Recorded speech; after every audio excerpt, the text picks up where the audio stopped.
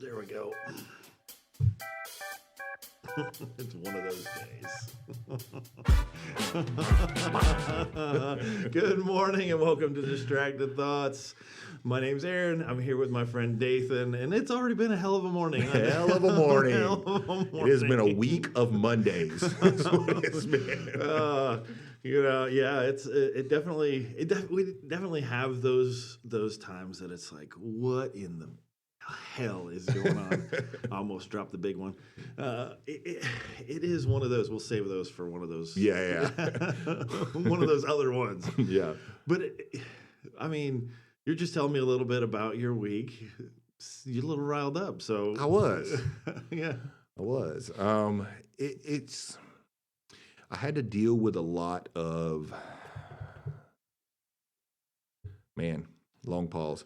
It's all I had to good. deal with a lot of me having to explain to other people how their job's done. Right. And some people go, well, that's just being arrogant. No, like basic stuff, like Yeah. basic arithmetic and Right, basic things. And when it all come out at the end, it was I was right. Right. And then what happens is, I do things that are I do stuff that, and I make mistakes. Right. Everybody does. Oh, right? yeah. And if someone calls me out on it, it's like, dude, your math is not mathing, or Right. this is not even logically the way this should work. Right. And I recognize that, and they're right. Right. I'd be like, oh crap, you're right, man. I was Right. like, let's fix it. Right. You know what I mean? I'm totally okay with accepting my mistakes. Right. But when someone, what I ran into a lot this week is when I would say something to someone and then have to walk them through their job. Right.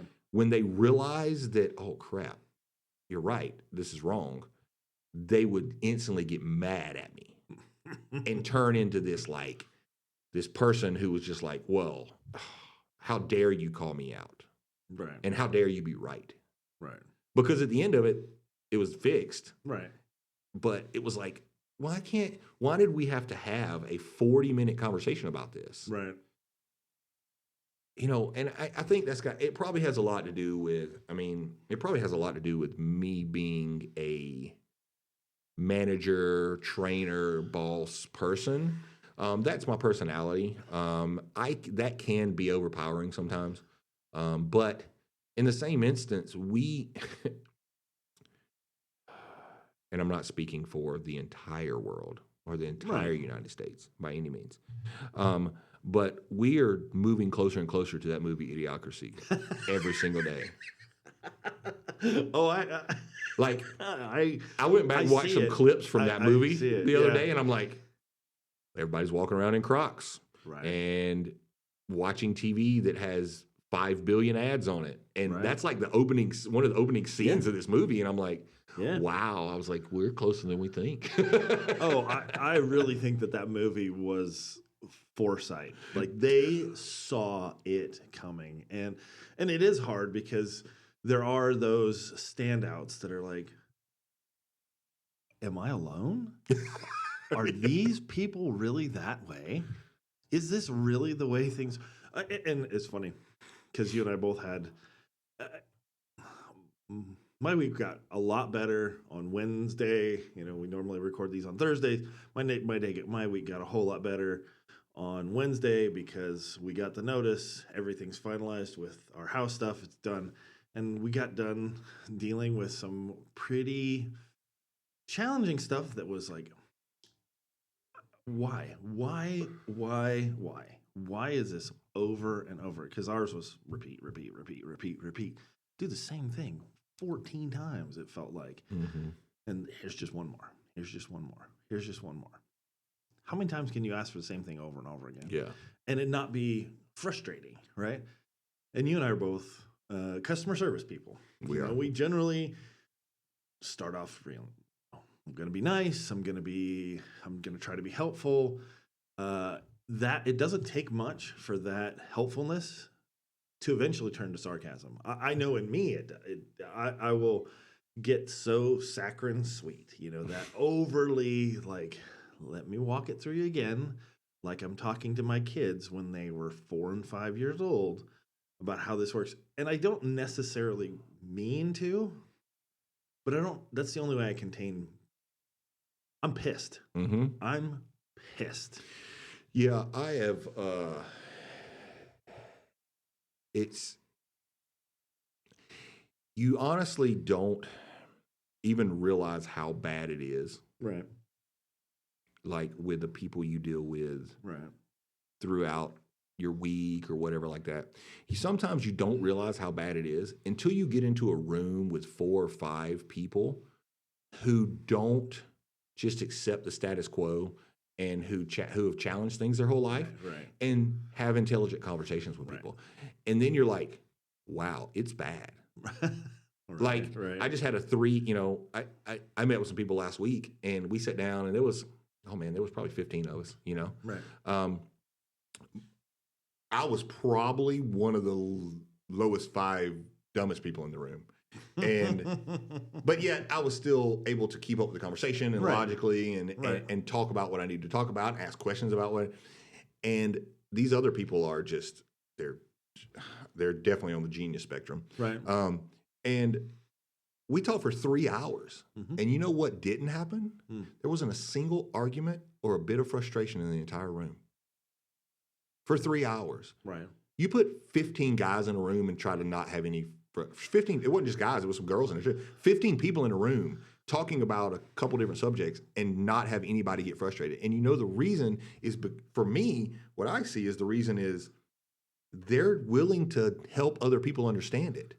And they're willing to help people who grasp things understand it. Well, okay. But I in that, it's the ego measurement, right? Yeah. Hey, I'm in my lane. I understand things in my lane, right? I understand things that I am familiar with. Like, you want to talk about mental health, you want to talk about that kind of stuff. Hey, I've got a really good grasp on it. It's kind of what I do. I have a really good grasp on that. But there are other things that it's less and less so. I mean, you get out to mechanics, I'm going to trust you. I've had this. I'm going to trust. So I think when you're in that room of 15 people that are like that understand their lane, I mean, they can understand more, but maybe they're not necessarily expert in it. They're willing to sit. They're willing to listen.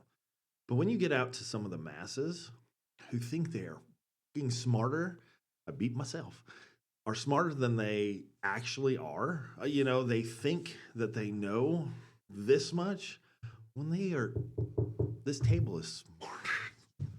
Yeah. This table. And we live in a world where our world is really designed to make us dumber. Yeah, absolutely. I mean, we've talked about this. Yeah. Our world is set up to make us dumber. Right. From everything from social media to doom scrolling to the ads on our, them. I mean, look at streaming services, right? When Netflix first started streaming and all these streaming services, there was no commercials. No. Look at YouTube. There was no commercials. I understand that's the way they make their revenue, but it has then gotten so bad that now if you don't want commercials for any streaming service, you got to pay extra. Right. So I tried to watch. I was watching something about one of the podcast boards we have here. Yeah. And in a 10-minute video, there were 8 breaks of commercials in each, and you had to watch them all. And each break had 2 to 3 commercials, and they were all 30 seconds apiece. Yeah. It was like watching a TV show on old school TV. Right. And the whole time, because I'm watching it on my phone's collecting data, and it's pushing things in front of me that will distract me from what I'm wanting to do because it makes me think about other stuff. Yeah. And so what's happening is I couldn't even get the information I wanted without getting 8 breaks of distraction going through. Right. And then on top of all that, when you used to want to learn about a subject and learn about something, you could sit down, focus hard, and learn about that subject. Yeah. It's almost impossible to do nowadays with everything that's in front of us. Unless you're picking up a book, leaving all the electronics in another room and going and sitting in a corner somewhere, which it's good. Right. But our brains are, all we see is distraction, advertisement. Yeah. And we're also so codependent, and I've become this. We're so codependent on knowledge at our fingertips Right. that we don't retain near as much as we used to. No, so I actually have talked about this with other folks. Like I remember some things better, and I've dumped information. It's the human computer, whatever the capacity is. But I actually think there's more there, and it is filled with the useless stuff, you know, and it is. So one of my hot button topics is communication, and I loathe passive communication. I loathe people that just don't say what they think. I think I know that's why you and I get along so well. I know that's like Kyle and I have started talking more. I know that those that direct communication and focus is important. Like you said, I look at you two, and I see a fantastic asset or our worst enemy. There are so many things to learn there. There are so many things that if you can get past all the bullshit that's on there and past the people that think they know, Mm-hmm. that don't actually know, that don't actually have a clue, right? Yeah.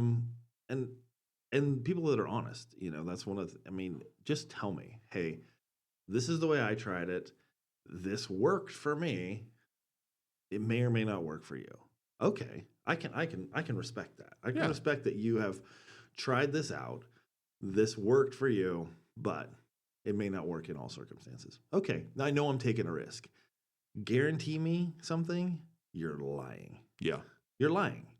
There's no guarantee. There's never a guarantee.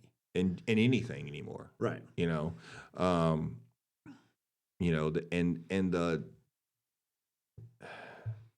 I don't know where to go from where we're at and where we've gotten to finding people that you can educate Mm-hmm. to educate other people. Right. Educating people to educate other people. Right. I see it in business all the time. Right. Finding someone that you can train Mm-hmm. who can become a trainer Right. is getting harder and harder and harder, because what's happening is people want to show up and they want to make a paycheck. They want to go home. They want to forget about everything that happened throughout the day. Yeah. There's no, luckily I have found a couple of decent people who are very loyal. Right. And if one of my businesses ever goes full time, Right. like, we're open 6 days a week or whatever, I would definitely, this person would be, the manager I have now would be an amazing person to run the business. You Right. know what I mean? And he has got to train other people. But in the past, it's taken me. Yeah, but he's a special breed. He is. He's a special breed. Because it's taken me 4 years to find somebody who was even willing to put that effort in. Right. So that's the biggest thing and that's something with everybody's like, well, with my apparel company, they're like, well, just find somebody and train them how to do everything, and you don't have to. You can focus on growing the business. I'm like, do you know because what happens is you find somebody, Yeah. you start training them, Yeah. you get 3 to 4 months in, and then either they lose interest or they find a different job somewhere else and they go work somewhere else. Right. Because all of a sudden McDonald's is paying $18 an hour to go flip burgers. So you're like, okay, well, I just lost somebody. So it's very difficult. What I've learned is with a lot of businesses now, and not to make this a business topic, but what a lot of business owners are doing now is they're giving people equity in the business, Right. to run it, to be managers. Right. So they're paying them a salary, and then they're giving them also like a 5% or a 6% stake in the business. So what that does is that keeps the people from up and leaving, because their job that they're getting paid for also depends on their bonuses they get every 3 months, their equity bonuses. Right. So doing that has helped, but that used to not be the case. Work world has changed, Well, I think work world, personal world, all that. Yeah. It's the,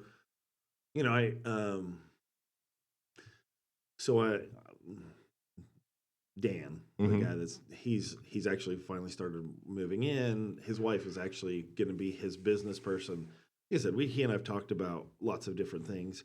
I was actually talking to Megan about this. I'm like, we're trying it out this way for now, but at some point, I could see it becoming more. But I'll be the business guy, Yeah. right? Because that's my mind. I'm talking to him, talking to his wife. His wife is the business first person for him. He's he's the talent. He's Gotcha. the one. He's the one doing the counseling. He's the one doing that stuff. But his wife is really she's the one making sure he keeps his licensing up, and he knows that. And I appreciate that. I Yeah. appreciate the genuine honesty of like, hey, I want to do my job. Are they bothering you? Nope, I'm just not want to roll over them. Oh, Got a okay. dog at my feet. Yeah, yeah. Brought my dogs in today. They're misbehaving, so they are mad at me, and they're sitting over there. So, but it does. It's the personal side of that too. It's the relationship side of it. There are times, like I know us. There are times we absolutely communicate more, communicate less. Depending on what's going on. Life is busy, back and forth, right? We have this, but the thing about it is it's always honest communication. Yeah. Like you text me about the things that were going on with your week this week, and my thought was, well, I sent you back. Hey, it looks like you need a break. What I wanted to say was, hey man, I think you need a drink. Let me know. Right? I would have taken you up on that probably immediately. But it is that openness too that I find really hard to find. Like talking with our kids and trying to help them develop their friendships and teach them about that genuineness. It's hard to do because I don't even know sometimes where I have it, right? That's not true. I know the specifics, but everybody else keep kind of here, right? Mm-hmm. Keep kind of out here, because I'm not comfortable. And that's funny. I'll say his name, Forrest. We started meeting with Kyle. I don't know if he told you. We started. If you want to get up at 4:30, 5 o'clock in the morning and come meet with Kyle and some other guys, we're meeting at 5 o'clock in the morning at his shops.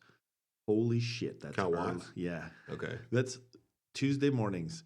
We have been meeting at 5 o'clock in the morning at his shop to discuss biblical stuff, discuss things that are going on.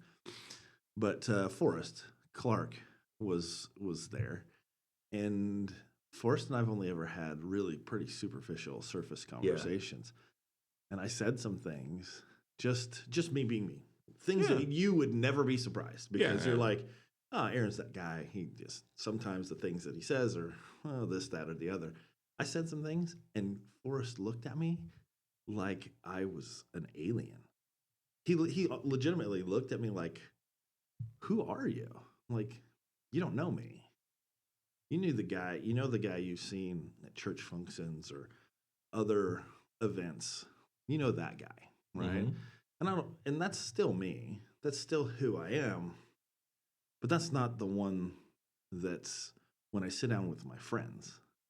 When I sit down with people that I actually am open with, that's a totally different. And it was a surprise to him. We'll see how he takes it. Yeah, I actually had a very similar thing happen when I had this place and I had other people renting and I'd only ever had really superficial style conversations with them and something changed and I had to be business Dathan because it was about business.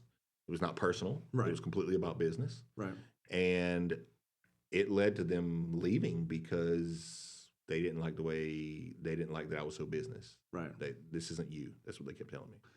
And that's like, well, you don't do life with me. Right. How do you know what's me and what's not? Right. You don't ever do life with me.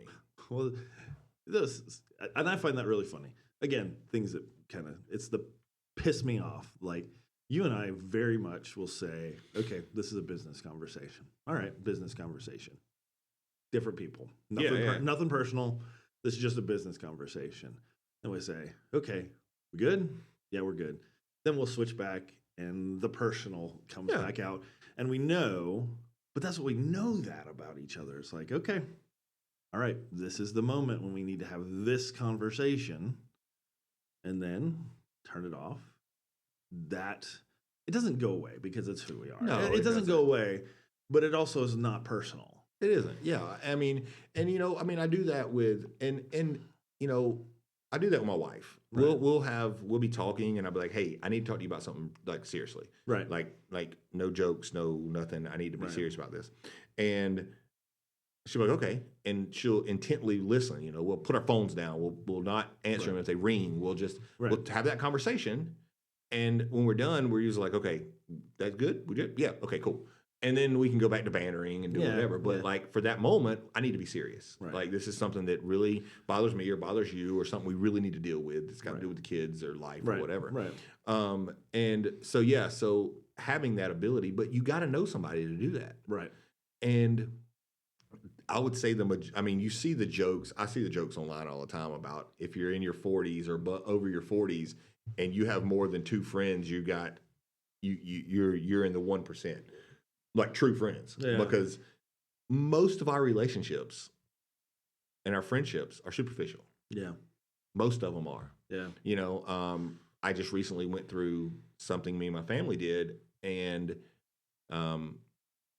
it really showed who true friends were and what was superficial. You know Right. what I mean? When it all boiled down to it, I mean, out of, I would say 20 to 25 guys, Mm-hmm. there were about 2 to 3 Yeah. that actually genuinely cared about what we were going through in our life. Right. And actually was like, hey, Yeah. Yeah. 2 or 3 genuinely, and there were more that asked, but they were asking for the gossip. Maybe not the gossip, but No, I think that's a great word. they were I actually asking think that's because a they wanted to know the details, but they didn't really care. Right. Because they haven't asked when other things happen in my life. You know what I Right, mean? right. So it really showed.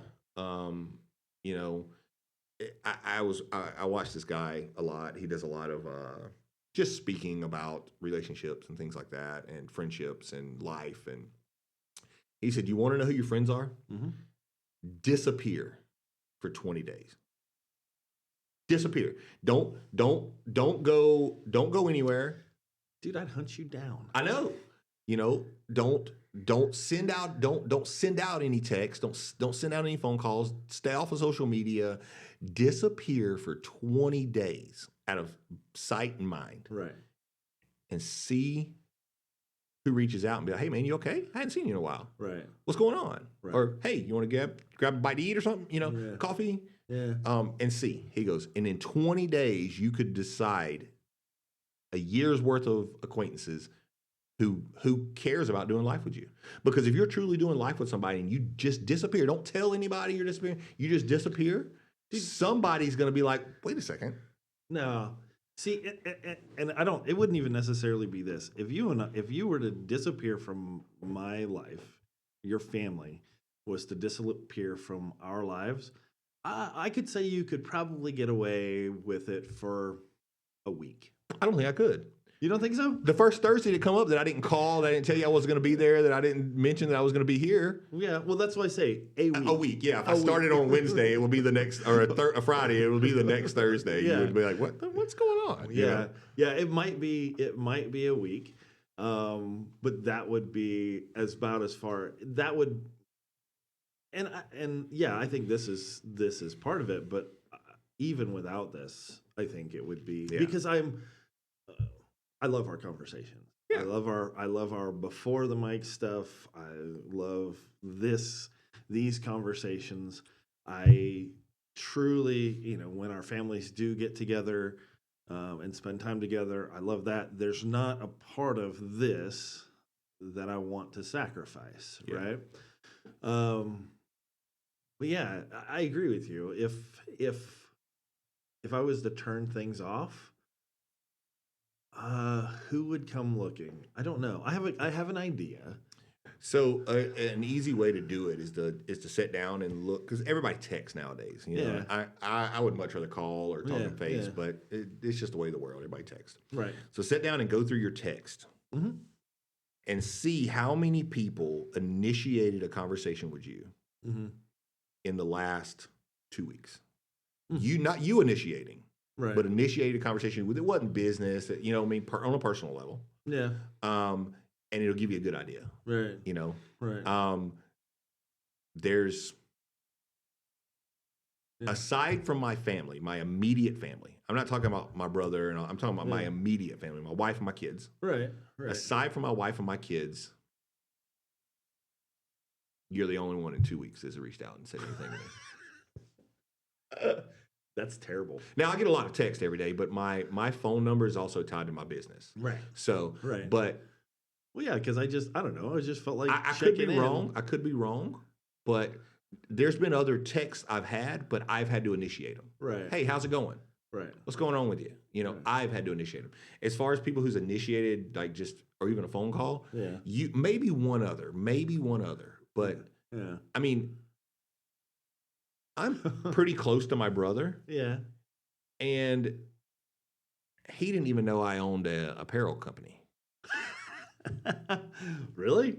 and I've been doing it for over a You year. was just say you've been doing it for a while. Now, I've talked to him within that year. Mm-hmm. Whether we've talked about that or, Right. but I mean, I post all over social media. Right. So apparently he doesn't look at anything I post. He's on social media all the time. His wife knew because his wife talks to my wife, Right. but he didn't have any clue. I got talking to him the other day, and he was talking about doing some shirts for an event they were going to have, and I was like, just send me your design, I'll make them. He goes, you make shirts? Dude, come I've been on. doing it for a year. I've got like a full store and everything. He's like, oh, I didn't know that. I'm like, so I don't know. I know life's busy, Yeah. you know.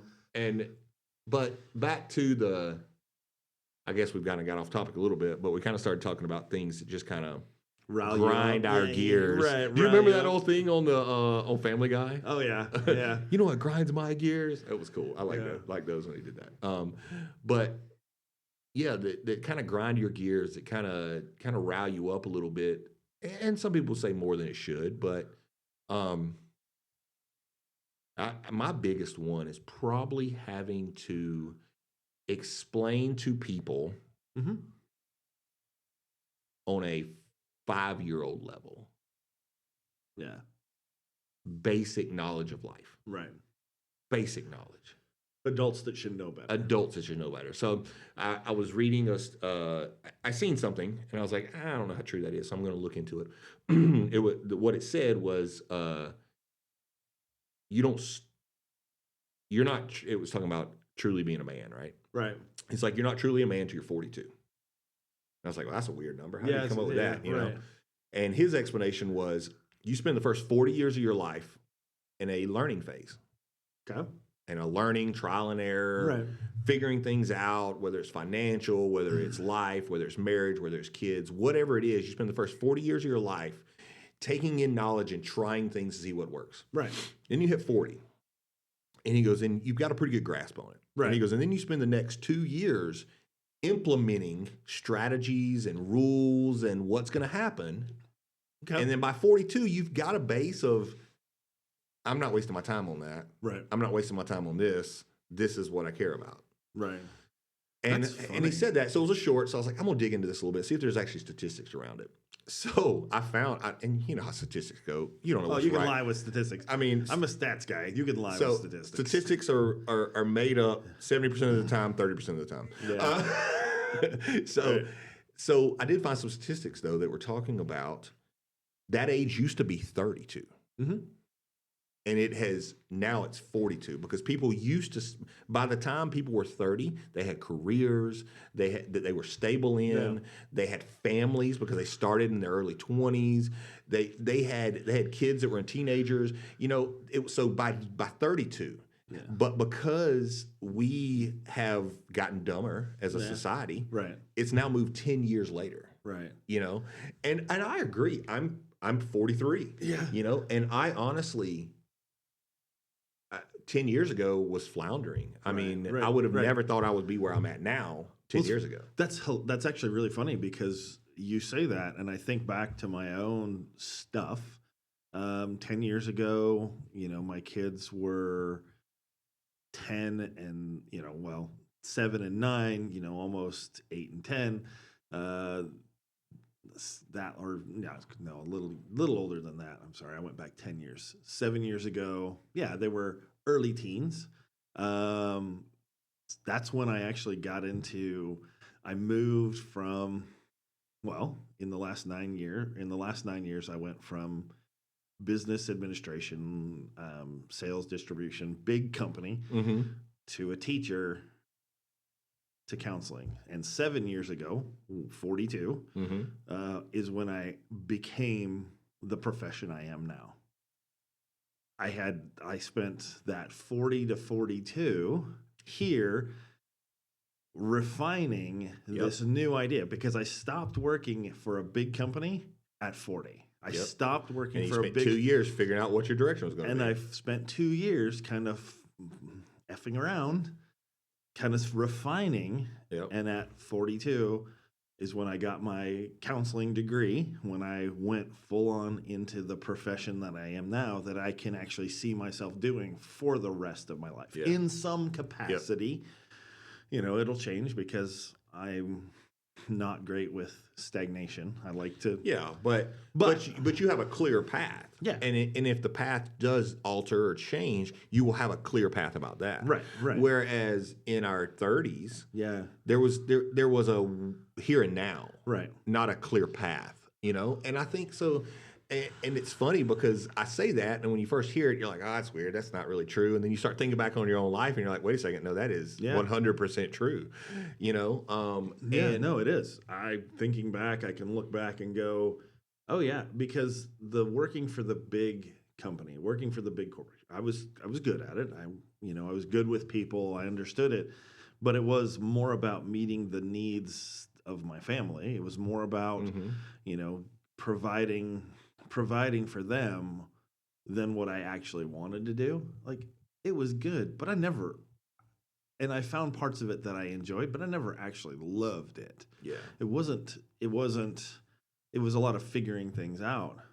Dude, what I do now, I love. Yeah. I love it. Yeah. As much as a headache as what I do now is, Yeah. I love being in the headache. Yeah. I know that sounds crazy, but I'm somebody who thrives off of having a problem to fix. If everything was smooth sailing and I didn't have any problems to fix, that's when I get nervous. Right. I mean, Well, really, truthfully. Yeah. Talking about that, what grinds, thinking about what just gets under my skin is taking advice from somebody that doesn't have any clue what you're actually doing, or hey, Or has no life experience. No life experience. Oh, hey, I know how that, here's a financial tip for you. You're 24 years old. Shut the front door. Yeah. Shut up. I watch a lot of these speakers and things like that, and business guys, and I listen to a lot of them and stuff like that. And there's a few of them who are 27, 28, right? Right. Now, don't get me wrong, they're millionaires, multimillionaires. Right. Okay. Right. But when it comes to a couple of them worked pretty hard to get there. But when you look at their backstory, they went from 20 to 21 to having somebody who invested $10 million into a business that is now running and making money. Right. That's not life experience. No. Okay. Go build 6 businesses that don't make it. Right. Then come talk to me about what works. Yeah. Don't come talk to me because you've done one venture because somebody gave you a $10 million investment. Right. And here you are 7, 8 years later, and now you're making $1 million a year or $2 million a year. Right. Don't give me that. Right. You know what I mean?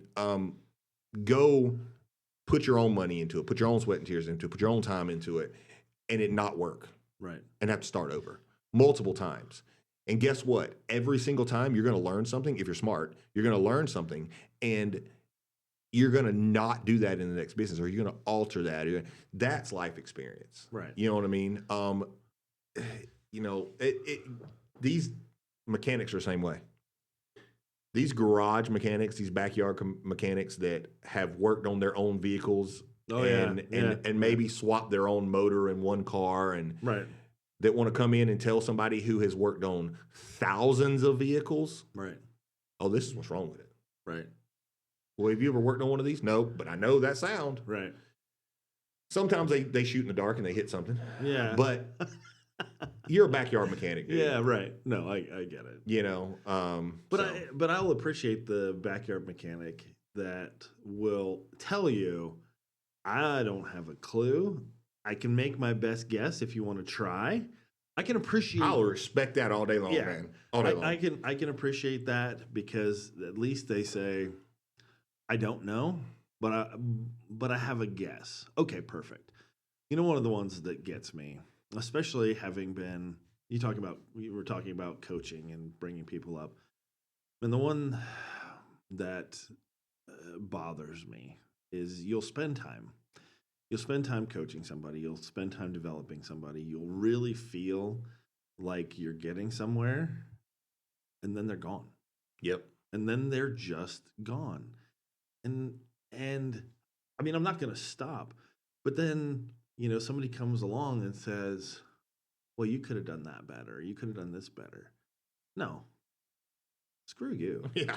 I did the best I could with what I know how to do with that person, and they just disappeared. Yep. They just disappeared. For whatever reason. I said something, they said something, we disagree, whatever, but didn't take the time. Like, screw you. Yeah. Don't tell me you're 30 years old and you think I should know, that you know how to do this. I'm figuring it out too, but I poured everything I had into this thing, into coaching this person, into helping out, and they chose. Because I'm always willing to have a conversation. I will eat crow. So just recently, in the last few months, Sophie was dating a friend of ours' son, right? And when they broke up, he called me. He actually did the right thing, and he called me. And I said some of the nastiest things back to him because I was hurt and I was mad. I have since reached out to him and said, I was wrong. I apologize. Can we talk? And we're going to. We haven't yet, but we're going to. But that's the other side of it too. Like, I'm man enough to know I'm not even close to perfect. Yeah. But it pisses me off when people absolutely believe that they're infallible. Yep. Yeah.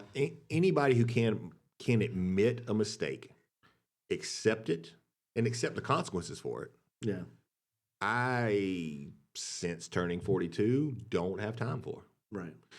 And some people's like, oh, that's so harsh. And talk to me when you get to that stage. Right. And then tell me how harsh it is. Because I used to waste a lot of time on people trying to make them happy. Right. Neglecting anything that pushed me forward or that helped me or my family. Like, sacrificed my family to make someone else happy that didn't even care, didn't even matter.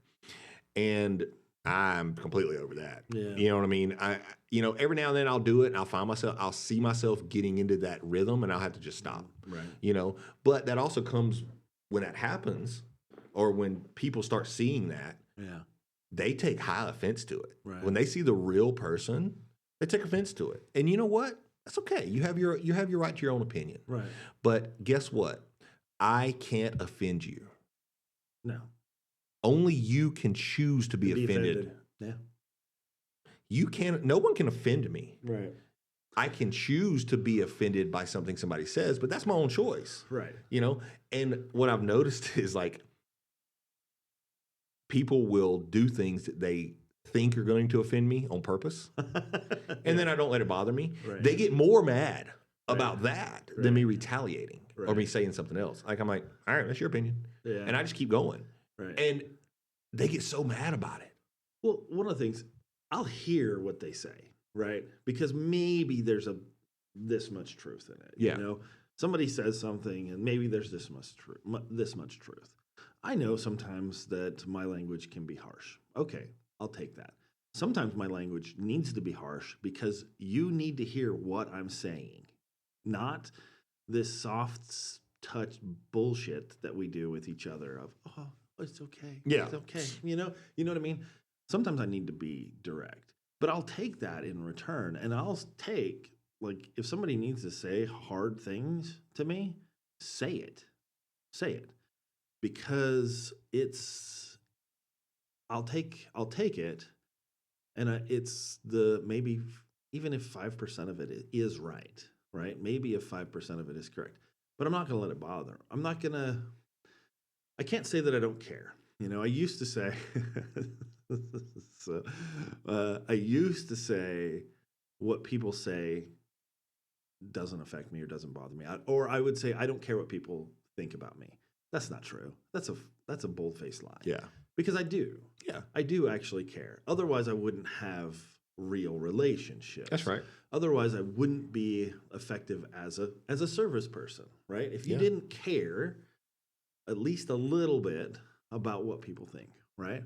But I actually think that's what makes us better at it is I do care, but I'm not going to take it wholesale. I'm not Yeah. going to take all of it and change to what you think I should be. I'm going to take a part of it and I'm going to care about it and I'll make adjustments where I see fit, where I Yeah. see that it's actually necessary. And again, that's one of those like, screw you and thinking you know how I should live my life. You've not been in my shoes. You've not lived a day of my life. No. Right? Yeah. And I think it comes with old age. We get, the owner I'm not ailment. old. Older age. Okay, all right. As we get older, Yeah. we get more ornery. And I think that's because we quit dealing with the bullshit. Yeah. I mean, truthfully, you know,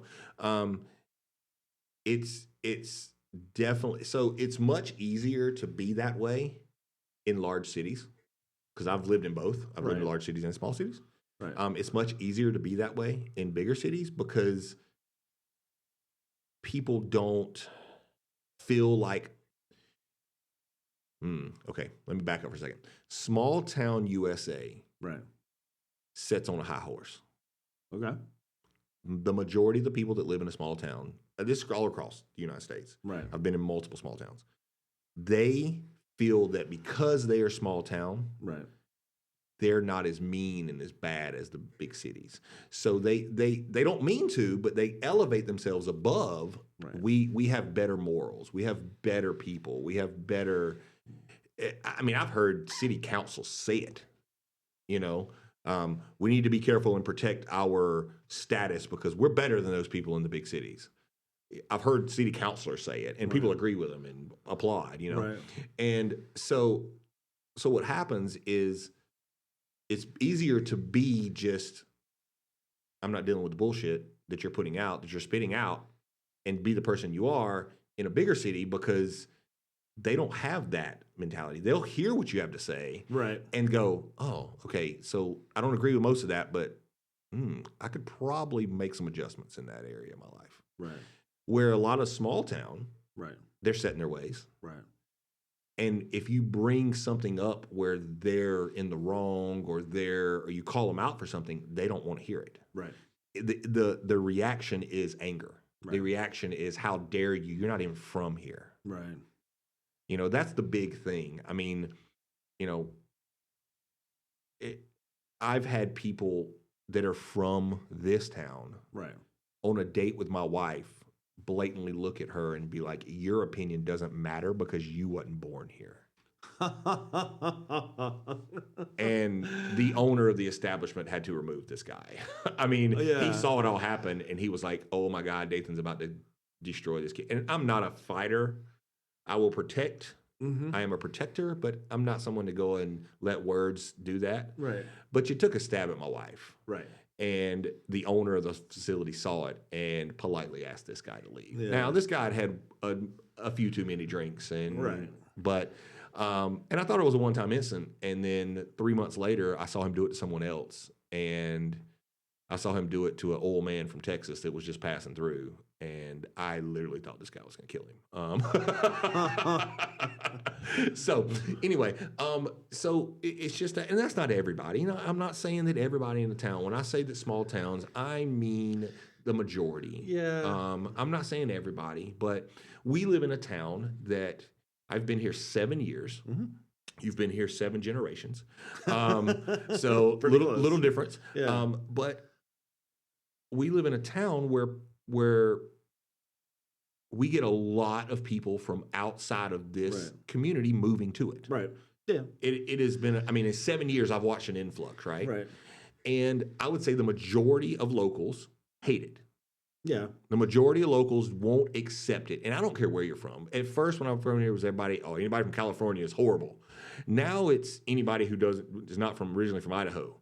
Now it's, no, if you didn't originally live in the Pacific in North Idaho, you know what I mean? Yeah. Like things are being said about people from Boise now that move here, you know, Right. and don't bring your Boise to us. And so I just have watched the hate of some of the locals turn on people to the point of like costing them their business that they're trying to bring to this town or things like that. You know, it's funny, and I feel both blessed and so specific. Like you said, family's been here 5 generations, not 7, but 5. 5.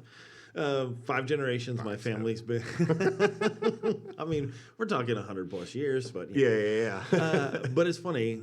So my wife and I we were both born here locally, but I spent 20 years away. Yeah. So like if I look at my friends, most of my friends are not from here because for exactly that type of reason.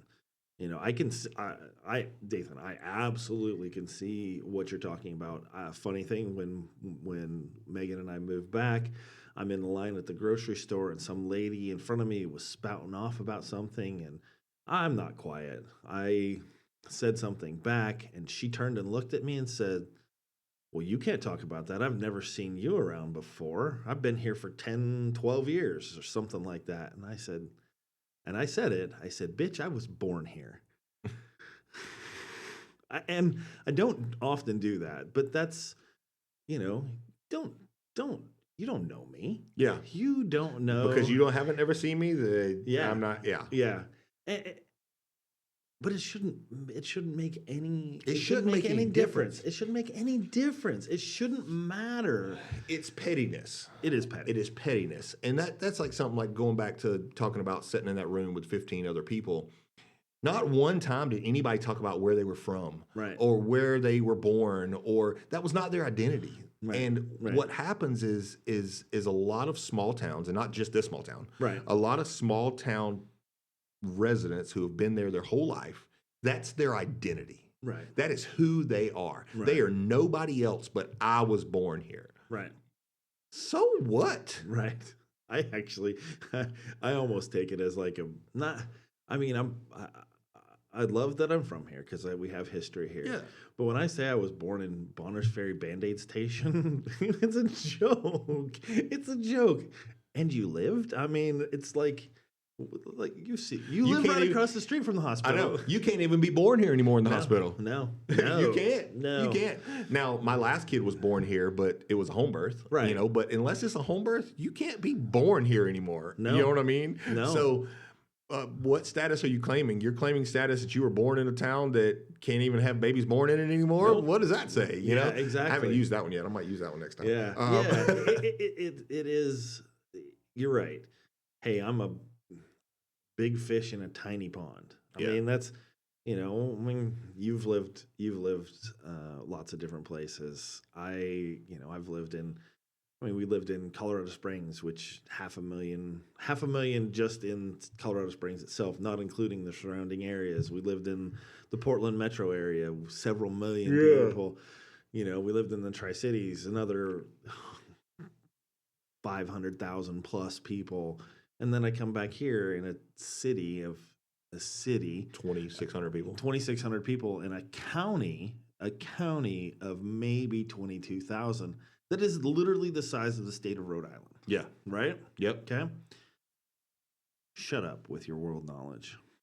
I Yeah. mean, I'll take it. Like, there are guys that I talk to that if they know things locally because they've been here for a long time, but they know things that are local, but also don't lecture me about what's out there, how people are, because you don't know. I've met so many good people from big cities too. Yeah. I've met so many, and yeah, you don't want to change it, but nothing stays the same. Nothing stays the same. And fighting that change is coming in any aspect in the world. Mm-hmm.